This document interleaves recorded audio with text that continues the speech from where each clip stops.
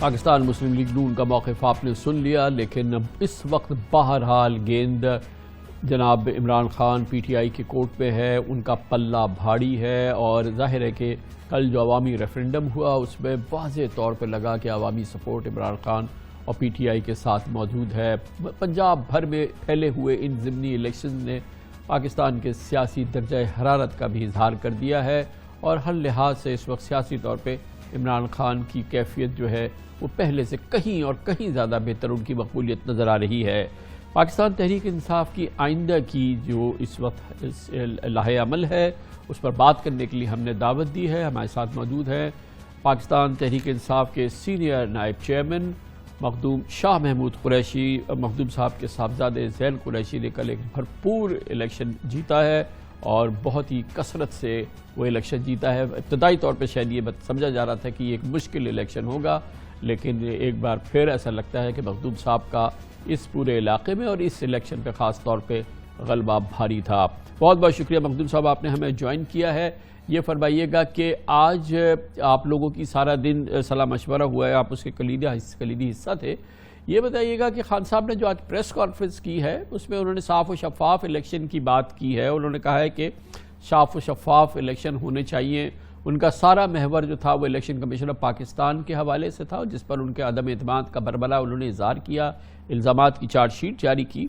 مگر انہوں نے پنجاب آئندہ جہاں پر ان کی حکومت کی اب ان کی جماعت کی اب اکثریت ہو گئی ہے اور ان کے اتحادیوں کی اکثریت ہو گئی ہے، وہاں پہ حکومت سازی کے حوالے سے کوئی گفتگو نہیں بالکل کی عمران خان صاحب نے، اور کوئی اس کا ذکر بھی نہیں کیا۔ اس کی کیا وجہ ہے اور کیا سوچ ہے آپ لوگوں کی؟ خان صاحب شکریہ۔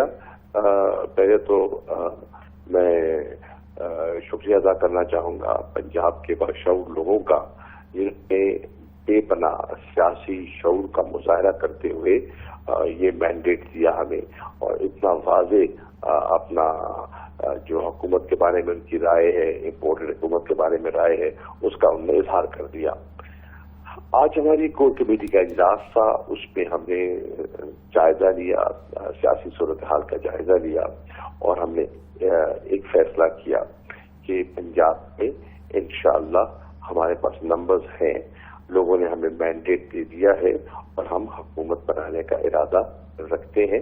چنانچہ 22 تاریخ کو جو الیکشن متوقع ہے سپریم کورٹ کے احکامات کے مطابق، اس میں ہم اپنا کینڈیڈیٹ فیلڈ کریں گے اور الیکشن ہوگا، اور انشاءاللہ حمزہ شہباز شریف صاحب کو شکست دیں گے جمہوری انداز میں۔ تو مخدوم صاحب، جو پہلے کا فیصلہ تھا چودھری پرویز الہی کینڈیڈیٹ ہوں گے آپ کے اتحاد کے؟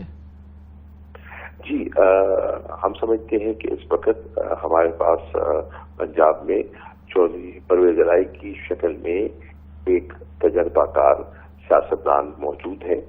وہ چیف منسٹر بھی رہ چکے ہیں، اسپیکر بھی رہ چکے ہیں، اور ان کا گورننس کا، ڈیولپمنٹ کا تجربہ بھی ہے، اور وہ اس مشکل وقت میں ہمارے ساتھ کھڑے ہوئے ہیں۔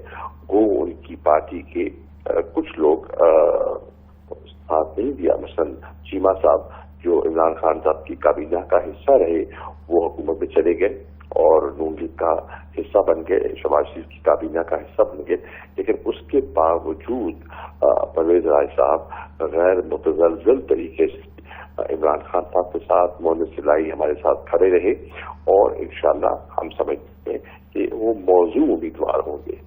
تو مخدوم صاحب یہ بتائیے گا کہ کیا نمبرز گیم کے حوالے سے آپ کو کیا لگ رہا ہے؟ ایک تو ہمارے پاس اب نمبرز آ گئے ہیں کہ کس قسم کے نمبر ہوں گے، کیا اس میں کچھ متوقع تبدیلی بھی ہو سکتی ہے اور کچھ آپ کے نمبرز بڑھ سکتے ہیں؟